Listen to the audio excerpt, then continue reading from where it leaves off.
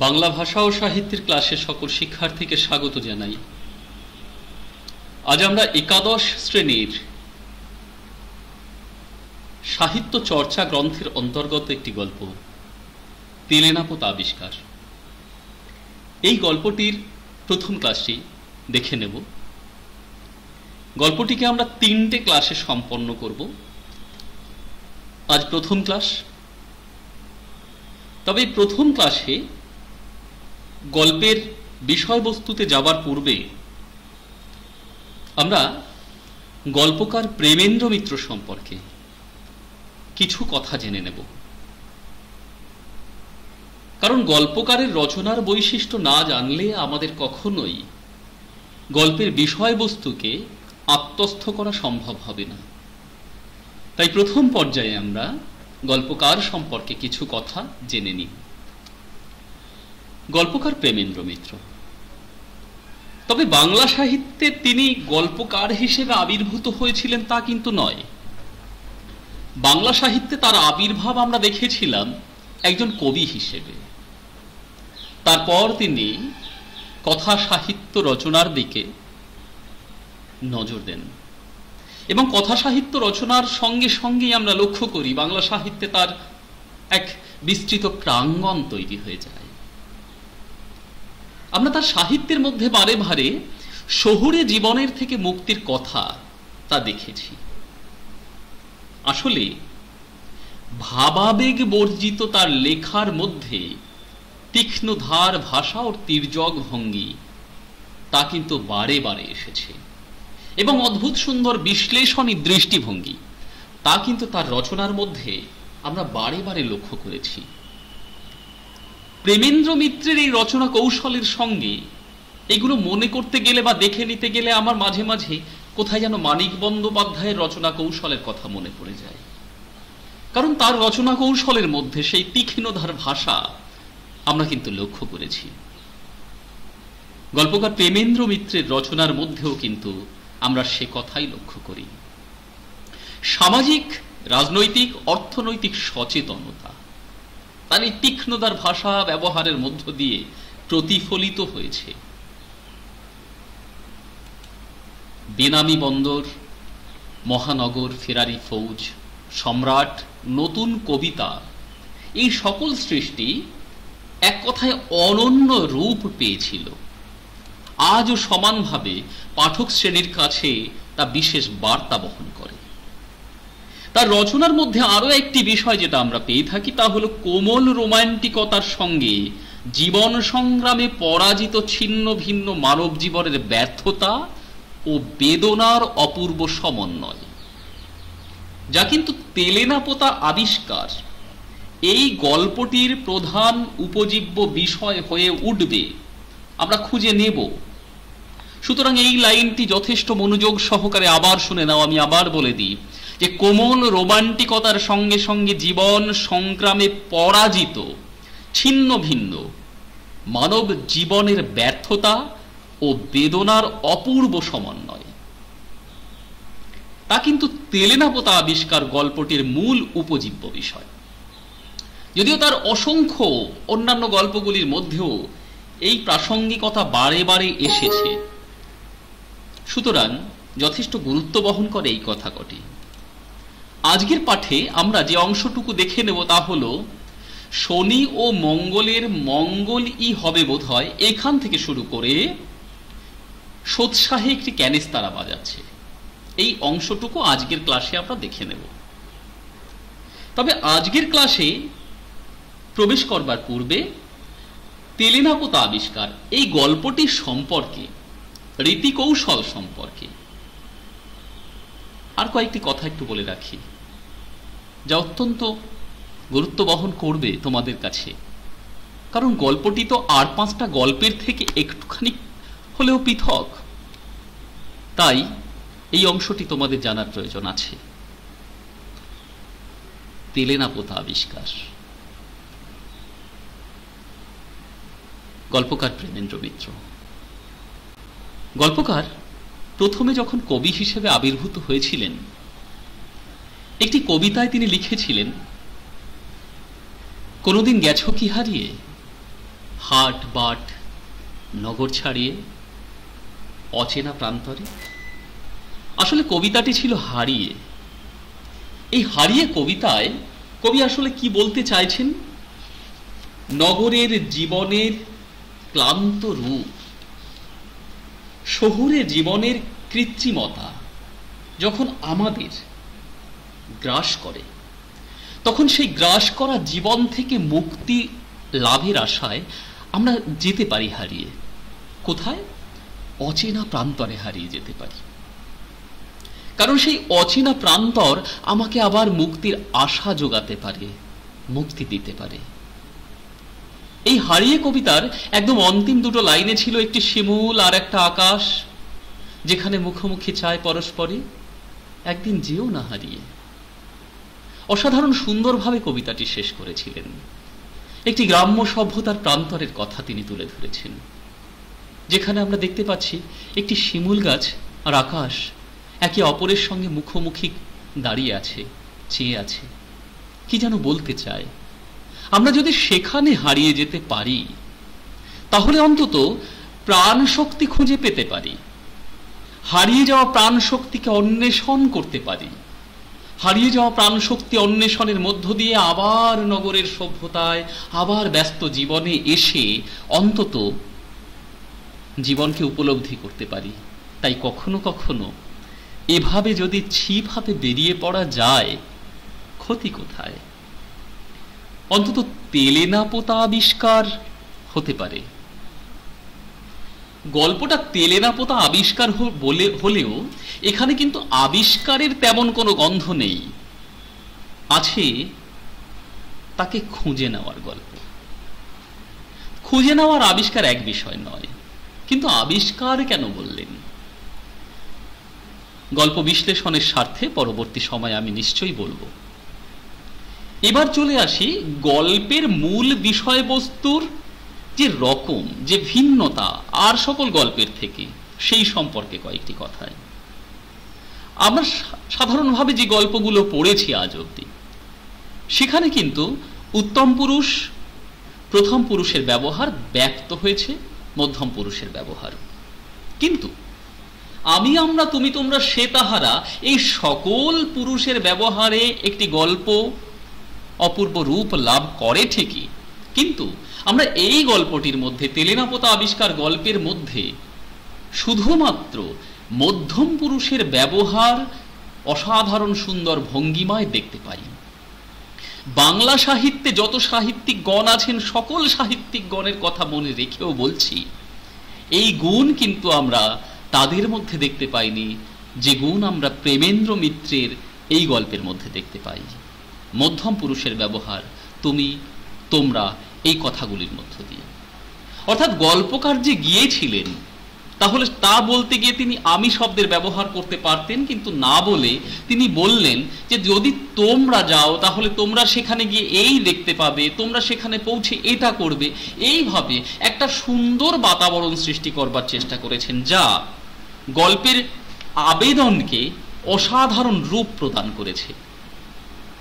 সুতরাং এই গল্পের রূপটি যে ভিন্ন রকম হতে চলেছে, আমরা যে ভিন্ন সুর পেতে চলেছি, তা নিয়ে আমাদের আর কোনো দ্বিধা নেই। তবে এই প্রসঙ্গে আরেকটু বলে রাখি, ছিপ হাতে মাছ ধরতে বেরিয়ে যাওয়ার এই যে কথা কটি, তা কিন্তু শুধুমাত্র সত্যি মাছ ধরার গল্প নয়। সেই মাছ ধরার গল্পের পিছনে লুকিয়ে আছে এক কোমল রোমান্টিকতার সঙ্গে জীবন সংগ্রামে পরাজিত ছিন্ন ভিন্ন মানব জীবনের ব্যর্থতার বেদনার অপূর্ব সমন্বয়ে। ভাবাবেগ বর্জিত আর অন্তঃসার শূন্যতা যখন মানুষকে গ্রাস করে, তখন সেখান থেকে মুক্তির জন্য কখনো কখনো যদি এইভাবে হারিয়ে যাওয়া যায়, হারিয়ে যাওয়ার পরে যদি আবার ফিরে আসা যায়, তাহলে বোধহয় জীবন ছন্দবদ্ধ হয়ে ওঠে। এই গল্পের মধ্যে সে কথা আমরা একটু খুঁজে নিই। এবার গল্পে চলে আসি। গল্পের প্রথমে আমরা দেখছি গল্পকার বলছেন যে শনি ও মঙ্গলই হবে বোধ হয়, যোগাযোগ হলে তেলেনাপোতা আপনারাও একদিন আবিষ্কার করতে পারেন, তাহলে প্রথম পুরুষ আর মধ্যম পুরুষের ব্যবহার শুরু হয়ে গেল। অর্থাৎ কাজকর্মে মানুষের ভিড়ে হাঁপিয়ে ওঠার পর যদি হঠাৎ দু একদিনের জন্য ছুটি পাওয়া যায় কেমন হয় তাহলে? আর যদি কেউ এসে ফুসলানি দেয়, ফুসলানি দেওয়া মানে বন্ধু এসে বলে দিল চল না মাছ ধরে আসি, কেমন হয়? নিশ্চয়ই আমাদের ক্ষেত্রেও হয় কখনো কখনো, আমরাও কখনো কখনো বেরিয়ে পড়ি এরকম, তাই না? ছুটি আছে, চলো ঘুরে আসি কোথাও থেকে, একটা সাইকেল নিয়ে অন্তত বেরিয়ে পড়ি এই গ্রাম ছেড়ে পাশের গ্রামের প্রান্তরে, একটু ঘুরিয়ে এলে ক্ষতি কোথায়? আমি লাল কালিতে খানিকটা অংশ মার্কিং করে দিয়েছি, দেখে নাও, কারণ এই অংশটির উপরে নির্ভর করে আছে গোটা গল্পের মাছ শিকারের গল্প, গোটা গল্পের মাছ শিকারের ধরন। কি মাছ শিকার করতে বেরোলেন তিনি? এখানে কি বলছেন দেখা যাক। কোনো এক আশ্চর্য সরোবরে পৃথিবীর সবচেয়ে সরলতম মাছেরা এখনো তাদের জলজীবনে প্রথম বর্ষিতে হৃদয় বিদ্ধ করার জন্য উদ্গ্রীব হয়ে আছে। আর জীবনে কখনো কয়েকটা পুঁটি ছাড়া অন্য কিছু জল থেকে টেনে তোলার সৌভাগ্য যদি আপনার না হয়ে থাকে, তাহলে হঠাৎ একদিন তেলেনা পোতা আপনিও আবিষ্কার করতে পারেন। মজার ব্যাপার এই, এখানে একটু বিশ্লেষণ করে দিই, মাছেরা কি জলজীবনে হৃদয় বিদ্ধ করে? যখন মাছ ধরতে বসে একজন শিকারী, তখন মাছেরা যখন উঠে আসে তখন তার হৃদয়ে কি বিদ্ধ হয় বড়শিটি? না, বিদ্ধ হয় তার শরীরের বিভিন্ন অংশে, তারপর মৃতদেহে পরিণত হয়। এখানে গল্পকার বললেন হৃদয় বিদ্ধ হওয়া। তাহলে আশ্চর্য এই, কি বলতে চাইছেন? কি বলতে চাইছেন আরেকবার প্রথম থেকে দেখা যাক। কোনো এক আশ্চর্য সরোবরে, অর্থাৎ কোথাও যেখানে সেই সরলতম মাছ, আসলে এখানে মাছ বলতে সেই ব্যক্তিদের কথা বোঝানো হয়েছে, সেই নারীদের কথা বোঝানো হয়েছে যারা তাদের জীবনে এখনো বর্ষিতে বিদ্ধ হয়নি, আর সেই বর্ষিতে বিদ্ধ হওয়ার জন্য তারা উদ্গ্রীব হয়ে আছে। আর জীবনে কখনো দু একটা পুঁটি মাছ ছাড়া টেনে তুলতে পারেনি এমন কোনো পুরুষ, সে সেখানে পৌঁছে যেতে পারে। তারপর সরলতম মাছে না, গ্রাম্য সভ্যতার কথা গল্পকার বোঝাতে চাইলেন, যেখানে সরলতা আছে, কৃত্রিমতা সীমিত, যে সরলতার মধ্যে অবস্থান করে আত্মীয়তা বোধ। আমরা দেখব এই গল্পের মধ্যে যামিনী নামে একটি চরিত্র, যে চরিত্রের মধ্যে আমরা আত্মীয়তা বোধের নজির দেখেছি।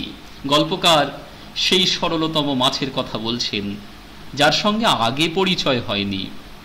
হয়তো তেলেনা পোতা আবিষ্কারে গিয়ে তার সঙ্গে পরিচয় হবে, পুকুরের ঘাটে এসে সে হয়তো জল তুলবে, এখানে সে কথা বলা হলো। সুতরাং গল্পের মধ্যে যে একটা রোম্যান্টিকতার দিক আছে, একটা কোমল রোম্যান্টিকতার দিক আছে, তা কিন্তু আমরা লক্ষ্য করলাম। এরপরে গল্পকার কি বলছেন? তেলেনা পোতা আবিষ্কার করতে হলে তাহলে কেমন ভাবে যেতে হবে? আসলে একটা পথ দেখিয়েছেন। শহুরে সভ্যতা থেকে বেরিয়ে পড়ে বাসে করে ভিড়ে মানুষে জিনিসপত্রের ঠাসাঠাসি এরকম একটা বাসে উঠে রাস্তার ঝাঁকানির সঙ্গে মানুষের গুঁতো খেতে খেতে ভাদ্রের গরমে ঘামে ধুলোয় চটচটে শরীর নিয়ে ঘন্টা দুয়েক বাদে রাস্তার মাঝখানে নেমে পড়তে হবে আচমকা। ভাদ্র মাস চলছে এখন, গল্পটা প্রাসঙ্গিক আজকের দিন দাঁড়িয়ে। যাই হোক, সুতরাং এইরকম একটা সময়ের মধ্যে মানে অত্যন্ত কষ্ট স্বীকার করে সেখানে পৌঁছতে হবে, তা না হলে মজা কোথায়? বিষয়টা হলো আবিষ্কারের আনন্দ তখনই তো ব্যপ্ত হবে মনের মধ্যে যখন কষ্টসাধ্য করতে হয় একটা মানুষকে। সুতরাং কষ্ট স্বীকার করে এই আবিষ্কারের মধ্য দিয়ে আনন্দ খানিকটা উপলব্ধি করতে পারা যেতে পারে, যদি এমন পরিস্থিতির মধ্য দিয়ে সেখানে গিয়ে নেমে পড়া যায়। ঘন্টা দুয়েক বাদে মানে অনেকটাই দূরে, যেখানে শহুরে সভ্যতা শেষ পদক্ষেপ গিয়ে পৌঁছলো, সেখানে গিয়ে তোমাকে নেমে পড়তে হবে। আর তুমি সেখানে নেমে পড়ে অপেক্ষা করবে তেলেনা পোতায় পৌঁছানোর। কিভাবে অপেক্ষা করবে এবার আমরা দেখে নেব কিভাবে। এবার তেলেনা পোতায় সেই ভিড়ে মানুষের ঠাসাঠাসি বাসটা থেকে নেমে পড়লে সামনে দেখবেন নিচু একটা জলার মতো জায়গায় ওপর দিয়ে রাস্তার লম্বা সাঁকো চলে গেছে। তারই ওপর দিয়ে বিচিত্র ঘড়ঘড় শব্দে বাসটি চলে গিয়ে ওধারের বাঁকে অদৃশ্য হয়ে যাবার পর দেখবেন সূর্য এখনো না ডুবলেও চারিদিক ঘন অন্ধকার হয়ে এসেছে। কোনো দিকে চেয়ে জনমানব দেখতে পাবেন না, মনে হবে পাখিরাও যেন সভয়ে সে জায়গা পরিত্যাগ করে চলে গেছে। সুতরাং এই জায়গা থেকে আমরা বুঝতে পারলাম গ্রাম্য জীবনের সেই প্রান্তরে পৌঁছে যাওয়া একটা মানুষ, যেখানে প্রকৃতি এবং মানুষ হাত ধরাধরি করে দাঁড়িয়ে আছে। গাছগাছালির ভিড়ের মধ্যে খানিকটা হলেও সেই গ্রাম্য সভ্যতা যেখানে প্রাণ খুঁজে পাওয়া যায়, প্রাণ ভরে অক্সিজেন প্রাপ্ত হয়, সেই জায়গায় পৌঁছে গেছেন গল্পকার। একটা স্যাঁতসেঁতে ভিজে ভ্যাপসা আবহাওয়া টের পাবেন, চারিদিক কেমন যেন ভিজে ভিজে। মনে হবে নিজের জলা থেকে একটা ক্রূর কুণ্ডলিত জলীয় অভিশাপ ধীরে ধীরে অদৃশ্য ফনা তুলে উঠে আসছে। খানিকটা দূর থেকে মনে হবে, কি মনে হবে? জলা থেকে যেন, আসলে জলা থেকে বাষ্পীভূত হয়ে জল উপরের দিকে উঠে আসছে, এটা বোঝাতে গিয়ে গল্পকার বললেন যেন জলীয় অভিশাপ ধীরে ধীরে অদৃশ্য ফনা তুলে উঠে আসছে। অসাধারণ বিশ্লেষণ। জলীয় অভিশাপ বললেন সেই কুণ্ডলীকৃত জলীয় বাষ্পকে, যে অদৃশ্য ফনা তুলে উঠে আসা, এর অর্থ এই প্রচণ্ড গরমের সৃষ্টি হয়েছে সেখানে, আর সেই বাষ্পীভূত জল এসে ভ্যাপসা গরমের সৃষ্টি করেছে। এই অংশের মধ্য দিয়ে এই অন্তর্নিহিত সুর গল্পকার তুলে ধরলেন। বড় রাস্তা থেকে নেমে সেই ভিজে জলার কাছেই গিয়ে দাঁড়াতে হবে আপনাকে, মানে ওই কষ্ট স্বীকার করবার জন্য আরো কষ্টের মধ্যে পৌঁছে যাওয়া। সামনে ঘন জঙ্গলের ভিতর দিয়ে মনে হবে একটা কাদা জলের নালা কে যেন কেটে রেখেছে, সে নালার মতো রেখাও কিছু দূরে গিয়ে দুধারে বাঁশঝাড়ে আরো বড় বড় ঝাঁকড়া গাছের মধ্যে হারিয়ে গেল। বাস্তবিকভাবে এটা হয়, গাছগাছালি সমৃদ্ধ এলাকায় রাস্তা সে কোথায় যেন মিলিয়ে যায় শেষ পর্যন্ত, কারণ রাস্তা সুদূর পর্যন্ত আমাদের দৃশ্যপথের সীমারেখা থেকে কোথায় যেন মিলিয়ে যায় গাছগাছালির সবুজাভের মধ্যে। এখানে সেই সবুজাভপূর্ণ এক গ্রাম্য সভ্যতার কথা গল্পকার তুলে ধরলেন। তিলেনাপোতা আবিষ্কারের জন্য আরো দুজন বন্ধু এবং সঙ্গী আপনার সঙ্গে থাকা উচিত, এটা তো অবশ্যই, কারণ একা কখনোই আনন্দের অংশীদার হওয়া যায় না, একা একা কি আনন্দ অনুভব করা যায়? তাই দুজন সঙ্গী থাকা দরকার। কিন্তু সেই সঙ্গী দুজন কেমন হবে? তারা ঠিক মাছ ধরতে যায়নি, অন্য কোনো অভিসন্ধিতে এসেছে। অভিসন্ধি মানে ইচ্ছে। কেমন? অভিসন্ধি শব্দের অর্থ হলো এখানে ইচ্ছে বা মনের মধ্যে পোষণ করা কোনো একটা গভীর ইচ্ছে, সেই ইচ্ছে সেখানে এসে পৌঁছেছে। কি ইচ্ছে আমরা পরে দেখব, এখন এটা থাক। এবার তিনজনে মিলে তারপর সামনের নালার দিকে উৎসুকভাবে চেয়ে থাকবেন, অর্থাৎ কেউ একজন নিতে আসবে সেই জন্য, আর মাঝে মাঝে পাঠকে মশাদের ঘনিষ্ঠতায় বাধা দেবার চেষ্টা করবেন। কি অসাধারণ বিশ্লেষণ গল্পকারের, কি সুন্দরভাবে বলতে চাইলেন। মশা এসে কামড়ে দিচ্ছে সেটা বলতে গিয়ে গল্পকার বললেন যে মশাদের ঘনিষ্ঠতায় বাধা দেবেন, অর্থাৎ মশাগুলি যারা এসেছে কামড়ে দেওয়ার চেষ্টা করছে, আসলে মশাগুলি ঘনিষ্ঠ হতে চাইছে। গ্রাম্য সভ্যতার মশা শহুরে মানুষদের পেয়ে তাদের সঙ্গে ঘনিষ্ঠভাবে অবস্থান করতে চাইছে, কিন্তু মশাদের ঘনিষ্ঠতায় বাধা দেওয়ার চেষ্টা করছে এই তিনটে প্রাণ। সপ্রশ্ন দৃষ্টিতে এ ওর মুখের দিকে চাইবেন। প্রশ্নটা কি? তাই তো, এখান থেকে মুক্তির পথ কি? পৌঁছতে পারবো তো নিজেদের গন্তব্যে, নাকি ফিরে যাব সেই শহুরে সভ্যতায়? এমন ভাবে মনের মধ্যে যখন প্রশ্ন উকি ঝুঁকি দিতে শুরু করবে, তখনই কি হবে? খানিক বাদে পরস্পরের মুখ আর ঘনায়মান অন্ধকারে ভালো করে দেখা যাবে না, অন্ধকার হয়ে গেল চারিদিক। মশাদের ঐক্যতা না আরো তীক্ষ্ণ হয়ে উঠবে। আবার বড় রাস্তায় উঠে ফিরতি কোনো বাসের চেষ্টা করবেন কি না যখন ভাবছেন, তখন হঠাৎ সেই কাদা জলের নালা যেখানে জঙ্গলের মধ্যে হারিয়ে গেছে, সেখান থেকে অপরূপ একটা শ্রুতি বিস্ময়কর আওয়াজ পাবেন। মনে হবে বোবা জঙ্গল থেকে কে যেন অমানুষিক এক কান্না নিংড়ে নিংড়ে বার করছে। অসাধারণ গুরুত্বপূর্ণ লাইন। তাহলে এমন অবস্থা যখন হবে তাদের মধ্যে, সেখানে অবস্থান করা তিনটে প্রাণের মধ্যে একটা সন্দেহের ভাব দানা বেঁধেছে যে ফিরে আসবেন কিনা, তখনই শুনতে পাওয়া যাবে কাদা জলের নালা থেকে কোথায় যেন একটা শব্দ, অপরূপ এক শ্রুতি বিস্ময়কর আওয়াজ আসছে।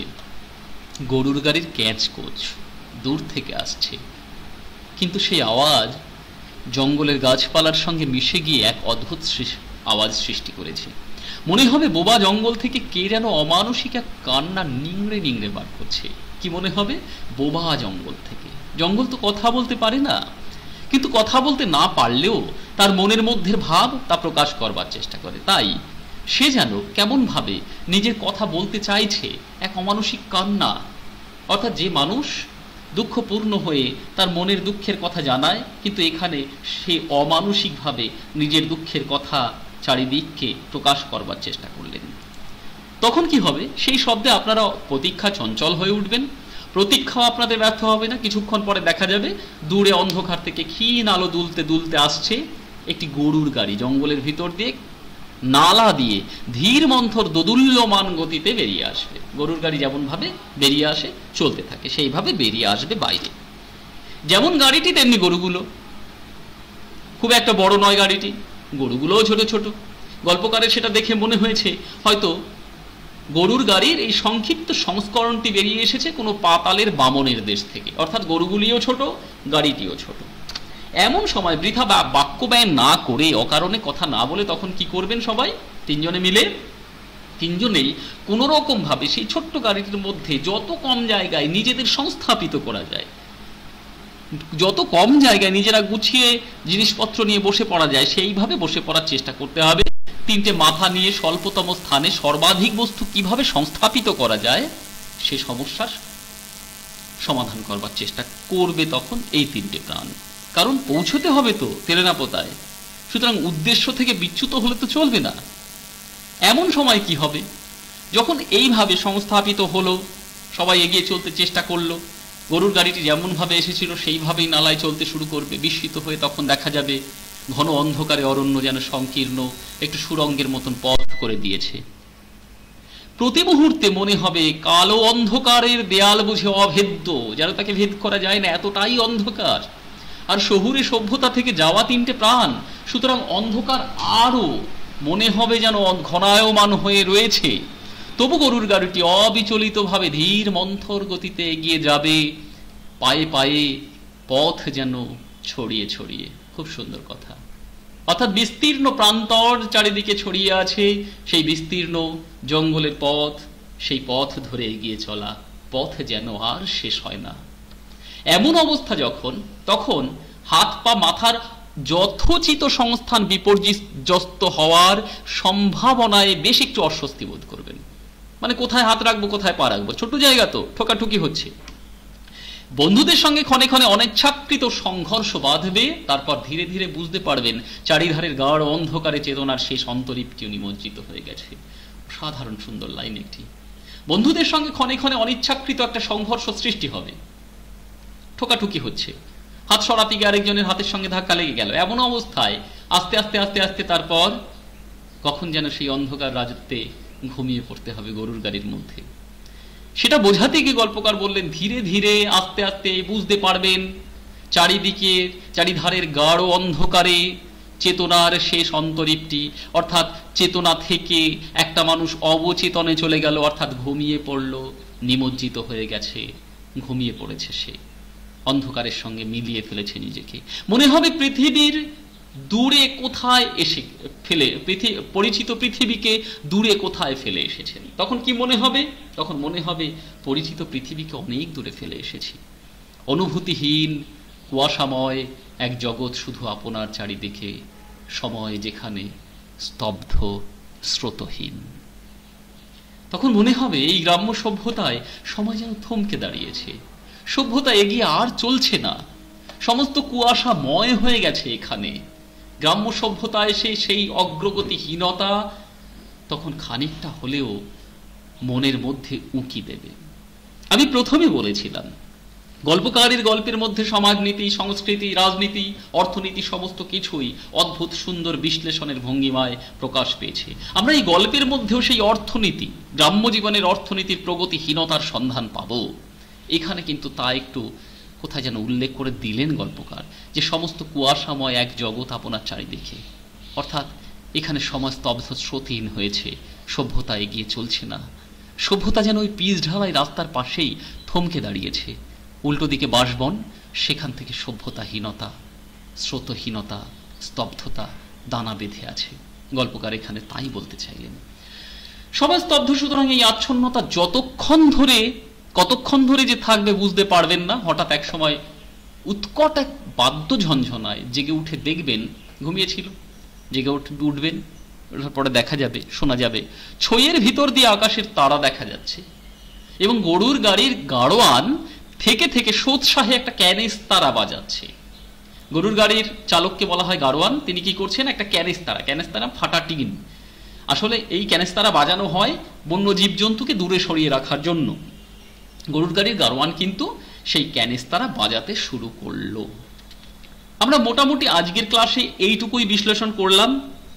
এখান থেকে যে প্রশ্নগুলো হতে পারে সেগুলো সম্পর্কে একটু আলোকপাত করে দেব, অবশ্যই সবাই অনুশীলন করবে। একটু দেখে নাও।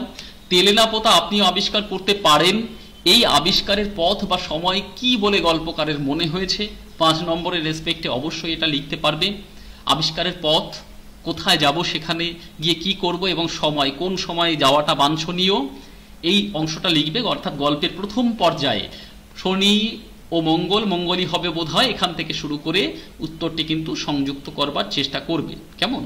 আর পথ কি, কোথায় যাবে? অবশ্য গ্রাম্য সভ্যতায়। সেখানে ওই যে একটা জায়গায় আমি লাল কালি দিয়ে অংশটা লিপিবদ্ধ করেছিলাম যে এক আশ্চর্য সরোবরে পৃথিবীর সবচেয়ে সরলতম মাছেরা, এই অংশ থেকে কিন্তু উত্তরটি লিপিবদ্ধ হবে।